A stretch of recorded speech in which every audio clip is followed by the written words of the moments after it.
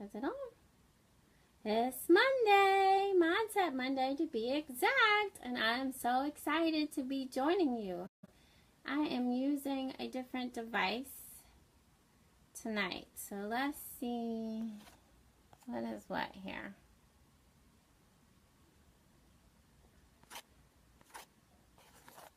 How does that part work? Video mode only. Swipe left to reveal comments and reactions. How does that work? Okay, well, I don't know, but it says that I have viewers and it says that we are live, so we are just going to go with it. So it is so hard to believe that this is the last Monday in the month of September. Like, September is done. We are officially in fall, even though Mother Nature hasn't realized it yet. And before we know it, it is going to be October, which is exciting for me because October is my birthday month. And it's a really big birthday month this year. So I am looking forward to October. But tonight we are actually wrapping up our last part for our heart reset for the month of September. And I honestly believe that the heart is a subject that we could probably talk about for weeks and weeks and weeks and weeks. But we are going to wrap up. For now, we may revisit it later. And tonight's topic, we are actually talking about rejection. And so I would have to say that for me, out of all of the hard work that I have done and been very intentional about, rejection is probably the one that required the most work. So yesterday I was in a class and the facilitator actually said that a couple years ago a study was done with 3,000 women. And one of the questions that was asked was what was one of the issues that they have regarding themselves. And the top two answers were their body image, like their self-image, and they dealt with rejection. And as it relates to rejection, just always question whether or not they were good enough. So almost like that whole insecurity that can come actually from rejection. So I wasn't surprised to hear that because I think that this definitely is a matter of the heart. Well, actually, let me say it this way. This can be a matter of the heart. So I'm just going to go ahead and forewarn you that if you see me looking off to the left quite a bit, maybe you're right tonight, it is because I have notes. Sometimes I have very, very prepared weeks and all of my stuff is in my head, and other times it is last minute and it is still on paper and not conformed to memory yet. So I'm not looking off to the left because something crazy is going on. I'm just referencing my notes. So the thing that's interesting about rejection is we actually deal with it every single day in life. You know, we give rejection, we receive rejection, and for the most part, we don't even give a second thought to it. You know, like, would you like a piece of gum? No, no thanks. That's rejection. No, I don't want that. Are you saying that you don't like that person? No. Do you think that the person is horrible? No, you just don't want what they have to offer you. So, you know, or you go to the restaurant, you have an amazing meal, and then the waitress comes back and says, would you like some dessert? No, I don't want any. Are you sure you don't want some dessert? I mean, we have some really, really good dessert. No, I'm good. Same thing. That's rejection. And so, or if you're like me and you've spent any amount of time connected to any sort of sales, direct sales, telemarketing, anything along those lines, then you have had a crash course in rejection. You've received it hundreds of thousands of times and hopefully learned to deal with it along the way. I remember in the beginning with Mary Kay, my director used to give me a goal to get 100 no's. Or a lot of reframing. I took some classes, some training for rejection as it relates to dealing with it in my business. And there was a guy that did a really good talk on going through the many to get to the few. So you have to go through all the no's to get to the yeses that you want. And so, you know, when it's very lighthearted like that, you're able to just take that rejection and bounce back and learn to keep going and just stay focused. But other times, rejection can actually be a very painful thing. And that's usually when things can go wrong pretty quickly. So there is actually a psychologist who blogs for the Huffington Post. And he was quoted to say that many times rejection does 50% of the damage, but that we actually do the other 50% of the damage. And so sometimes what can happen is, well, two things can happen. One is a person can reach a point where they start to expect rejection, And then therefore they become more concerned about it, and then they become more sensitive to it. And unfortunately, when you fall into that category, then what can end up happening is what starts off as rejection from a person can ultimately lead to self-rejection.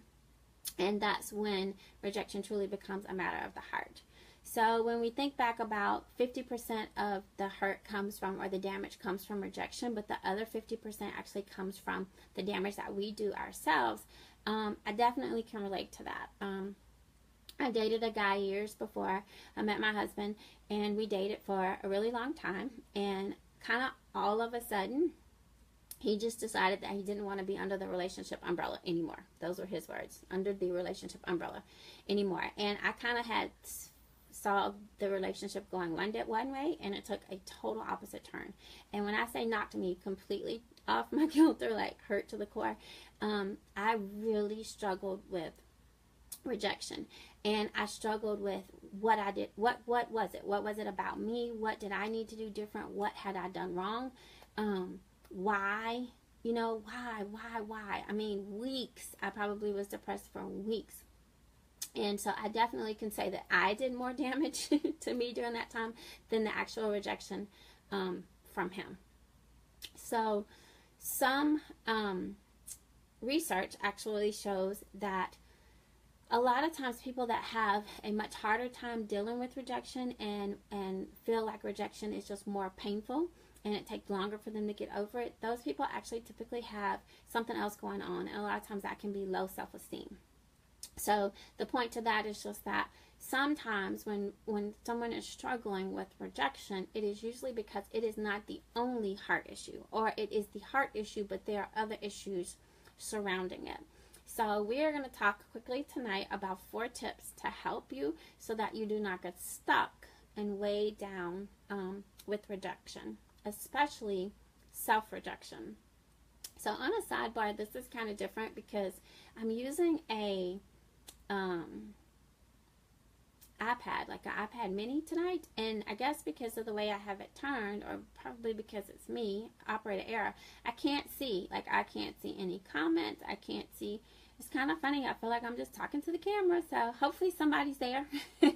And usually, you know what I do, I go back at the end and comment on your comments anyway. So yep, I don't see anything tonight. But 4 tips so that you don't get stuck and weighed down by rejection. Tip number 1 is to reframe the rejection to take self out of the equation. So like, just simply put, on a very lighthearted note, sometimes it's just not even about you. And that's the truth. I had a friend when I was in graduate school. Well, let's not call her a friend. Let's call her a classmate. When I was in graduate school. And I might walk into class and not have much to say that particular day, which, okay, I am a chatty Cathy, so you might would wonder, like, what is that all about? And then she may say, well, you want to go grab some lunch after class? And I might say no, because maybe I was tired, or maybe I had, had some personal stuff going on, or heck, I don't even remember. Maybe I didn't have any money. Who knows? But that would just get under her skin, and she would take it so personal. So then, like, the next day, she would be acting funny, and then I'm trying to figure out what's wrong with her, because I'm a communicator, but she wasn't. And it would always go back to, well, you said you didn't want to go to lunch with me, so I didn't know if I had done something to offend you, and I didn't know if you didn't like me anymore. Now, mind you, I said graduate school. I'm talking about adults. I'm not talking about middle school. But my point to this example is that sometimes the rejection has nothing to do with you. It is the other person. It's their issues. It's whatever they have going on, and you're just getting the residual of it. And so sometimes one way to not get weighed down by rejection is simply to reframe it and remove you out of it. Like the gum. The person's not rejecting that person. They just don't want what that person has to offer. Way number 2 to not get weighed down with rejection is to focus on the part that you can control in the situation. Okay, so I talk about that all the time. We're going to focus on what we can control, and we're going to surrender the rest to God.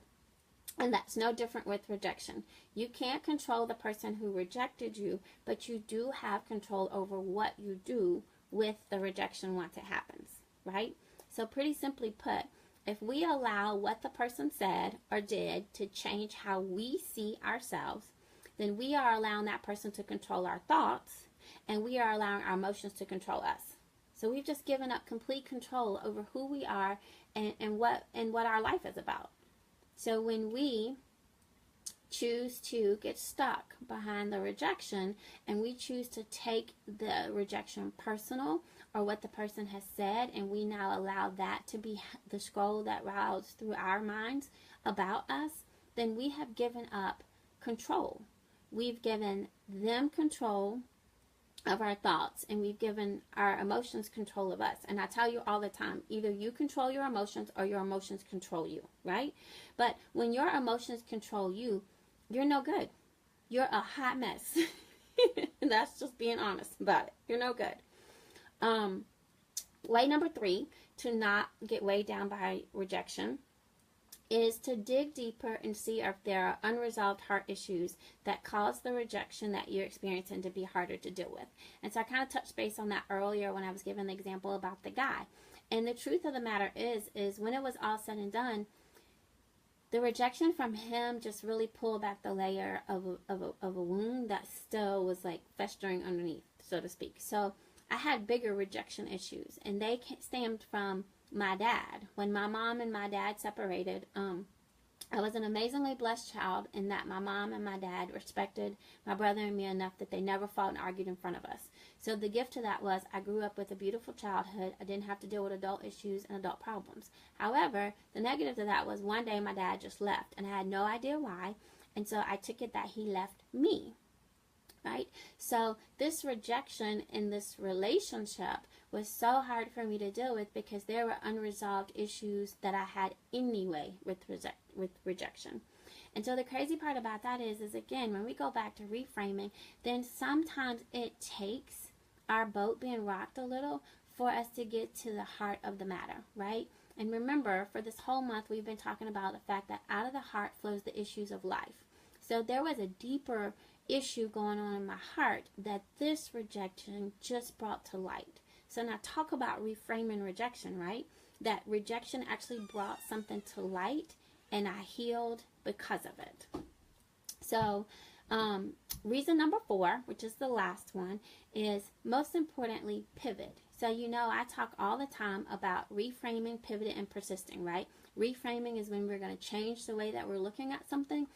Pivot is when we're going to take an action. So we're either going to shift our thinking or we're going to shift our actual behavior and what we're doing, right? So that's when I talk about the fact that we're going to move in the direction of the thing it is that we're asking, hoping, wishing, and praying for.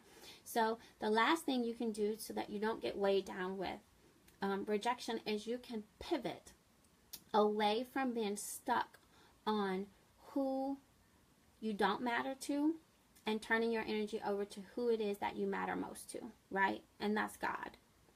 So I am not at all trying to say that that's always easy, because it is not.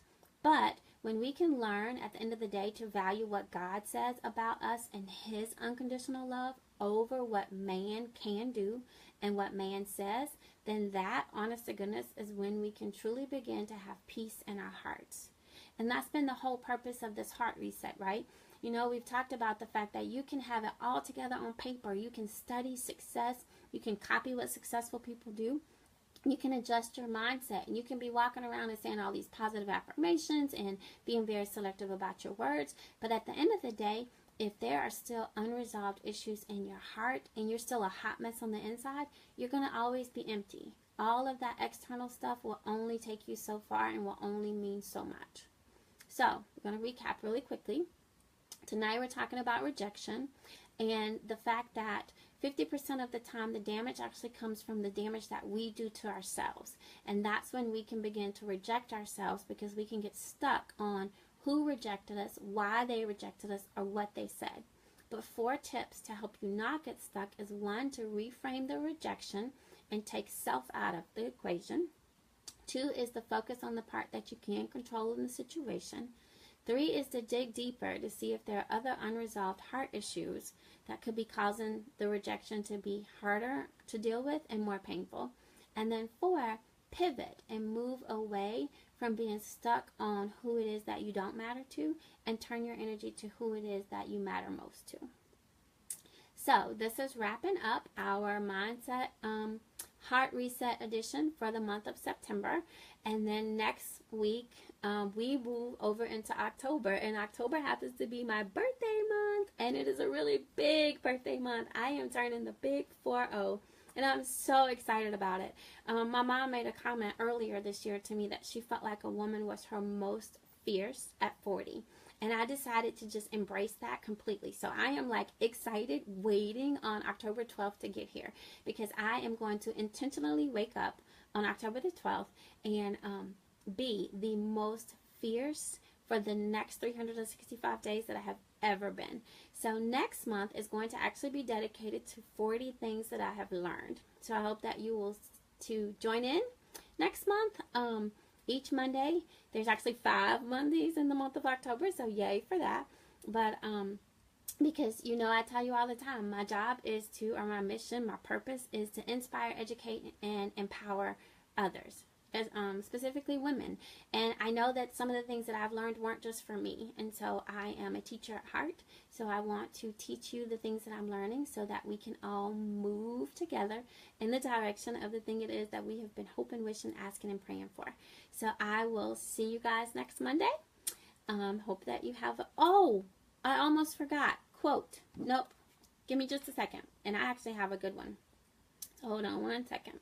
So before we go tonight, tonight's quote is from Ala Kavusi. And he says, never take anything personally. People will love you and people will hate you. And none of it will have anything to do with you. Okay? I love that. So one more time.